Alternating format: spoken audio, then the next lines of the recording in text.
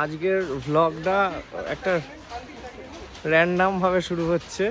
মানে আমি এই গাড়ি কেনার কিছুদিন আগে ওলার স্কুটি কিনেছিলাম, ইউটিউবে দেওয়া ছিল, দেখেছো তোমরা নিশ্চয়ই।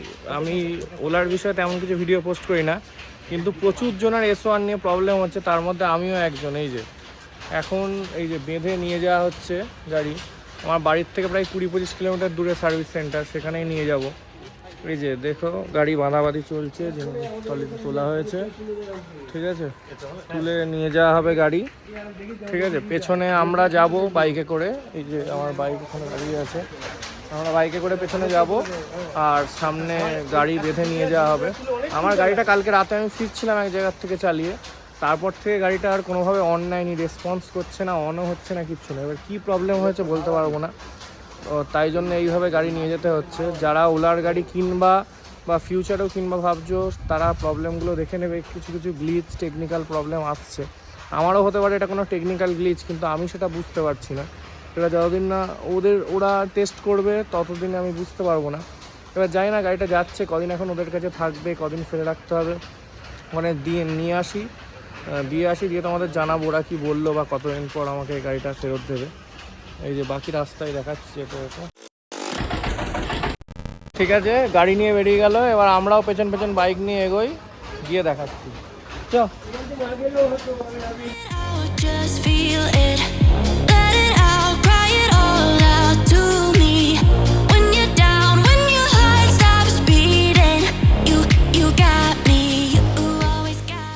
আমরা একটু আগে আগে পৌঁছে গেছি, আমরা বাইক নিয়ে আসছিলাম তো ওলার এই যে সার্ভিস সেন্টার, এটা আমার বাড়ির থেকে একটু 20 কিলোমিটার মতো দূরে, আগে আগেই পৌঁছে গেছি আমরা।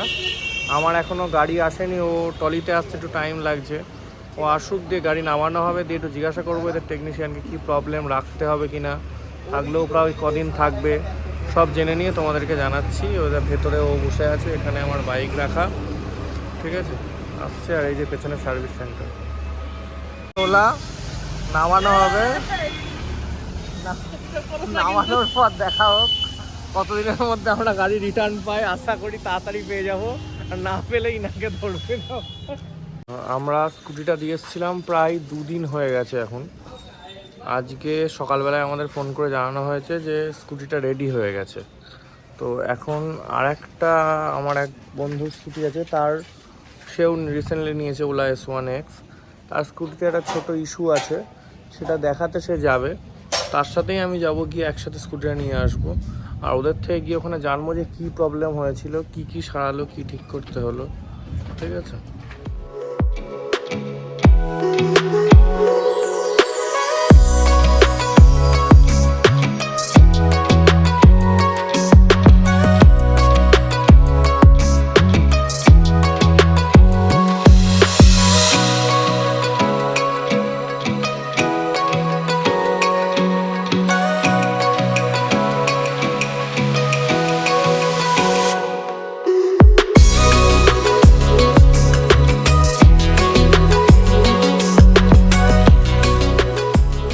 ওখান থেকে ফিরে ব্লগটা কন্টিনিউ করা হয়নি, স্কুটিটা ফেরত নিয়ে চলে এসেছি বাড়িতে। এখন তো ঠিকঠাক চলছে, নর্মাল, কোনো অসুবিধা নেই। এবার এটা খুব একটা কোনো মেজর প্রবলেম না, যেহেতু একটা ইভি স্কুটি এবং মেনলি অ্যান্ড্রয়েডের ওপর বেস করে চলে, তো কিছু সিস্টেম গ্লিচ সবসময় আসতে থাকে। তো অনেক গাড়িতে ওখানে এসছে দেখলাম আমি, সার্ভিস সেন্টারটা ওখানে ভিডিও করা অ্যালাউ ছিল না, তাই আমি দেখাতে পারিনি। আমার গাড়িটার একটা BMS কাপলারে প্রবলেম হচ্ছিলো, ওদের একটা সেন্সার আছে, BMS সেন্সার, যার সেই সেন্সারটা চেঞ্জ করে দেওয়ার পরে আমার গাড়ি এখন নর্মাল চলছে। আমি প্রায় 6-7 মাস হয়ে গেল S1 Air ইউজ করছি, আমার এখনও কোনো প্রবলেম হয়নি। আমি প্রায় নিয়ার অ্যাবাউট 10,000 কিলোমিটার অ্যাবাভ চালিয়ে ফেলেছি। আমি এর একটা লং টার্ম ভিডিও আনবো সামনেই, তখন আমি বলবো, মানে শেয়ার করবো কী আমার আপস অ্যান্ড ডাউনস বা প্রোজ অ্যান্ড কনস আছে, কিন্তু মেনলি বেশিরভাগ প্রোজই আছে, কারণ 10,000 কিলোমিটার প্লাস চালানোর পর আমার যা তেল বাঁচিয়েছে, মানে আমার খুব চলে স্কুটিটা, সেই কারণে প্রোজই আছে বেশিরভাগ আমার। ঠিক আছে, যে ভিডিওটা নেক্সট আনবো সেটা ডিটেলড ভালোভাবে রিভিউ দিয়ে দেবো S1 Air আমি, যে কী আমার ভালো খারাপ লেগেছে। ততক্ষণের জন্য বাই বাই, টাটা।